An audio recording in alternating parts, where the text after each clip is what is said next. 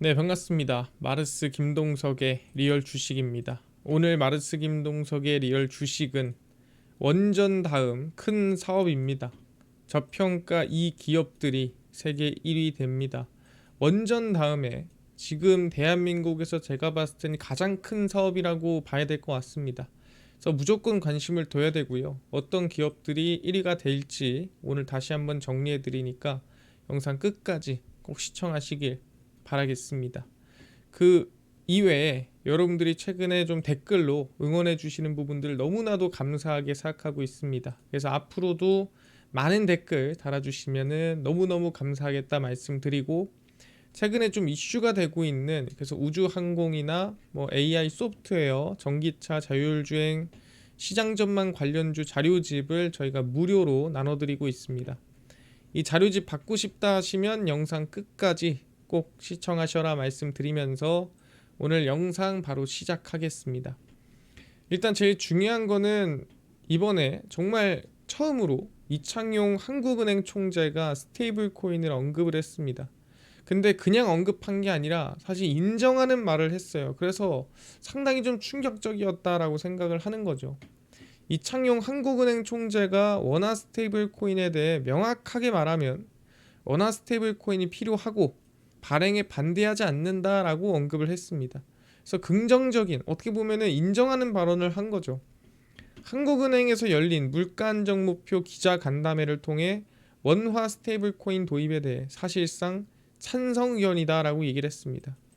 그래서 발행에 있어 유의하고 규제를 해야 할 점에 우선 논의를 거쳐야 된다라고 언급을 하긴 했죠. 그러니까 이거는 사실 그냥 보험 멘트죠. 인정을 하긴 했는데 뭐 무차별적으로 하는 건 아니고 어느 정도 기준이 있어야 되고 좀 주의를 해야겠지. 그래서 한국은행이 공식적으로 스테이블 코인에 대한 긍정적인 의견을 언급했습니다. 그러니까 말 그대로 우리가 생각하는 원화, 달러 뭐 이런 통화들이 있잖아요. 얘네들을 이제 이 원화 가치를 따라가는 코인으로 만들어서 이 코인을 한 거래소에 상장을 시켜버리는 거예요.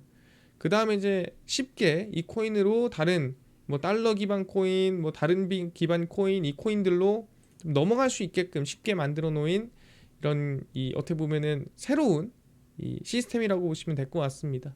그게 제가 간단하게 스테이블 코인이라고 얘기를 하는 건데, 근데 이게 중요한 게 뭐냐? 마침 미국에서도 지니어스 액트법이 상원 통과했습니다. 하원을 통과한 다음에 상원까지 통과해야 완전히 법안이 이제 대통령 사인까지 하면 끝나는 거거든요. 근데 이번에 상원까지 통과를 했어요. 이게 뭡니까? 지니어스 액트법이 뭔가요? 지니어스 액트로 불리는 이번 법안은 상원 본회의에서 찬성 68표, 반대 30표로 통과를 했습니다. 이게 뭐냐면은 일정 자산 규모, 담보 요건, 자금 세탁 방지 규정 등등등을 기준을 충족한 기업만 스테이블 코인을 발행하게 한다라는 조건이에요. 그러니까 스테이블 코인이라는 거는 사실 나라가 발행하는 게 아니라 그냥 민간 기업이 발행하는 겁니다. 근데 기준이 있어야겠죠. 그래서 이런 기준 저런 기준을 가지고 있는 정말 안전한 기업들만 발행을 하십시오라고 얘기를 하는 겁니다. 정확히 말하면은 이런 기준이 나왔다는 건 뭐예요? 상용화의 시작이라는 거죠. 원래는 기준이 없으면 상용화도 못 합니다. 우리가 자율주행을 하려면 자율주행 법이 있어야겠죠. 그런 것처럼 기준이 생겼다는 건 못하게 하는 게 아니라 더 활발하게 하기 위한 기준을 만든 거다. 그래서 규제법이지만 사실상 지능법에 가깝다. 이제는 누구나 이 법만 지키면 할 수 있는 거예요. 그래서 법에 따라 발행된 스테이블 코인이면 정식 금융수단으로 인정을 한다. 그래서 이미 뭐 서클, 테더 그 기업들이 거의 뭐 독점하고 있다라 보시면 됩니다.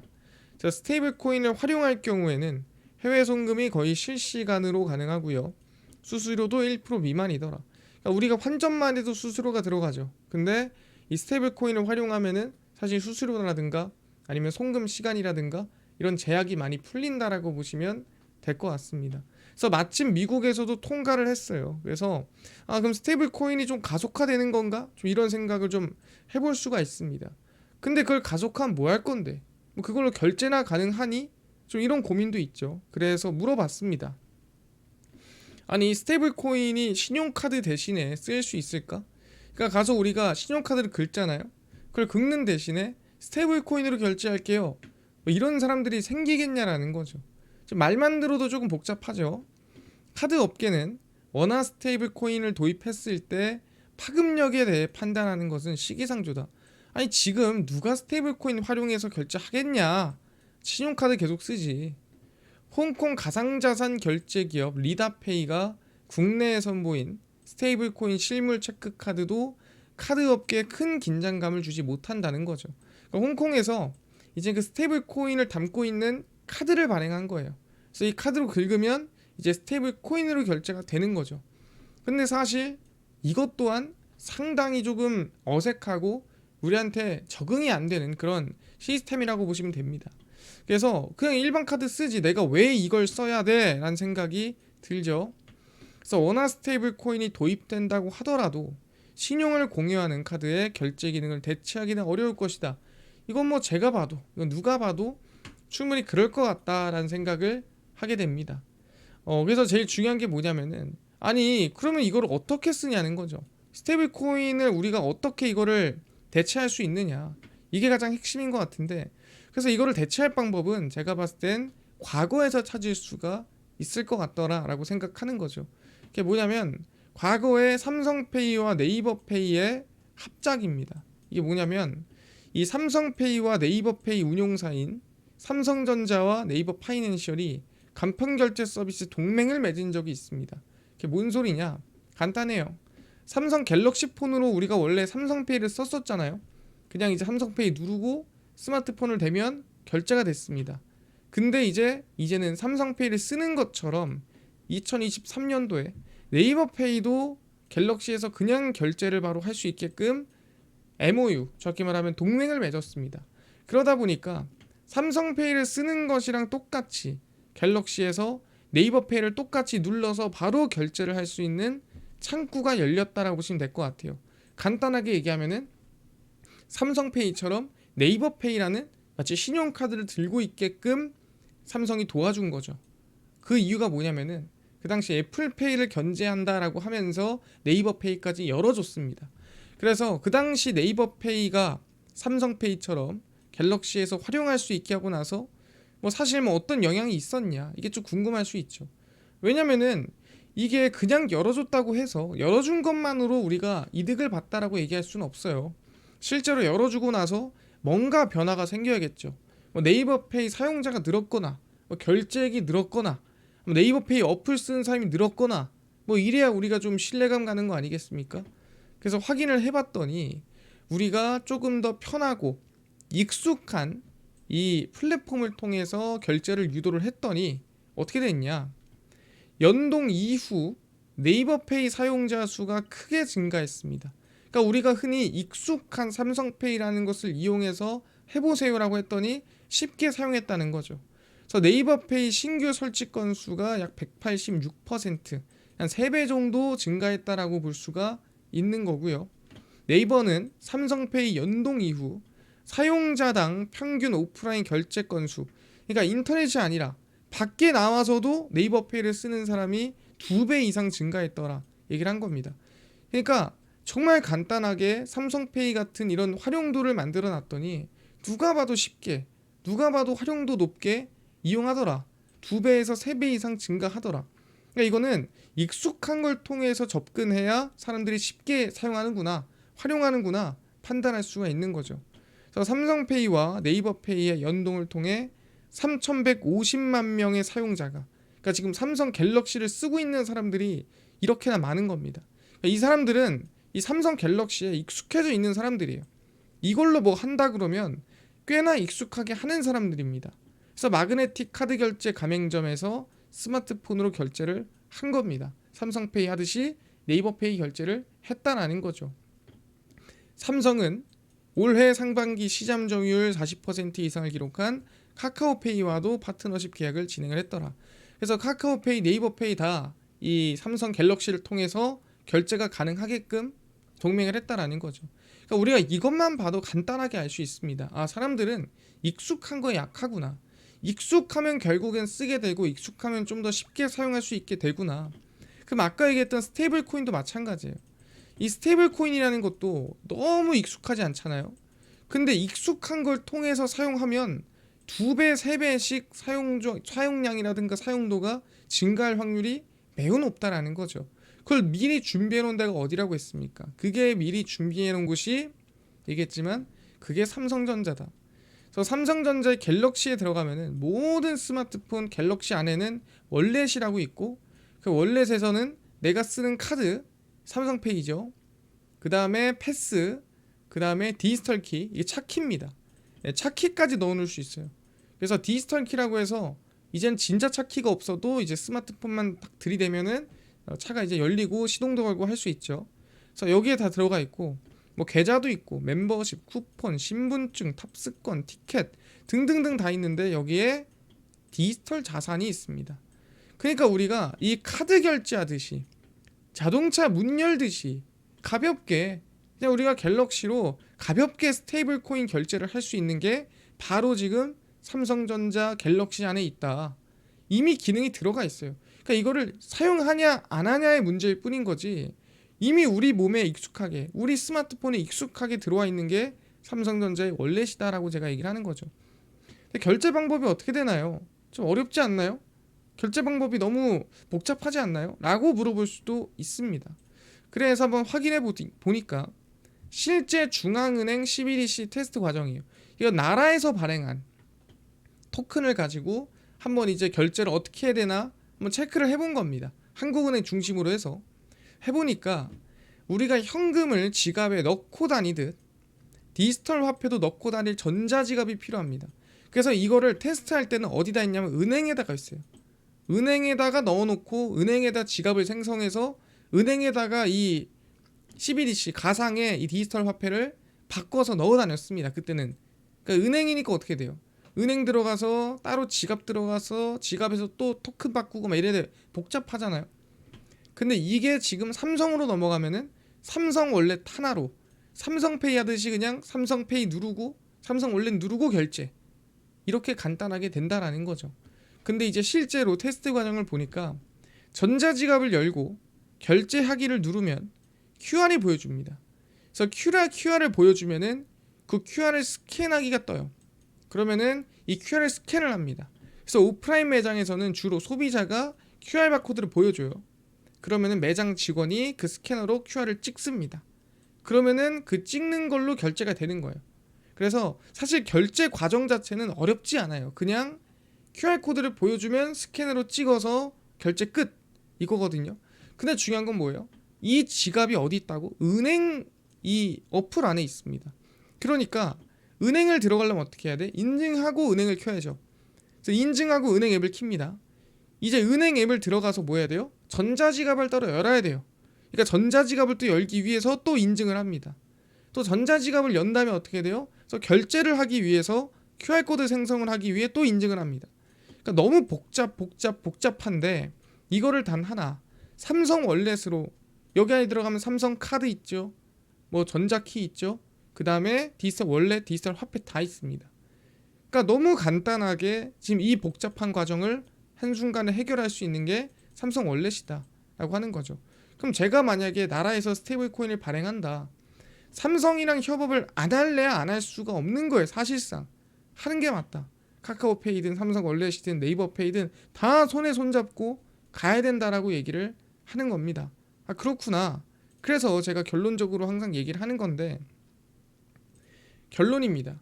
스테이블 코인의 상용화의 필수인 게 보다 지금 상황으로 보니까 결국에 스테이블 코인이 발행되면 네이버페이, 카카오페이가 삼성페이와 협력을 한 것처럼 협력할 가능성이 매우 높다라고 본다라고 제가 얘기를 하고 있죠.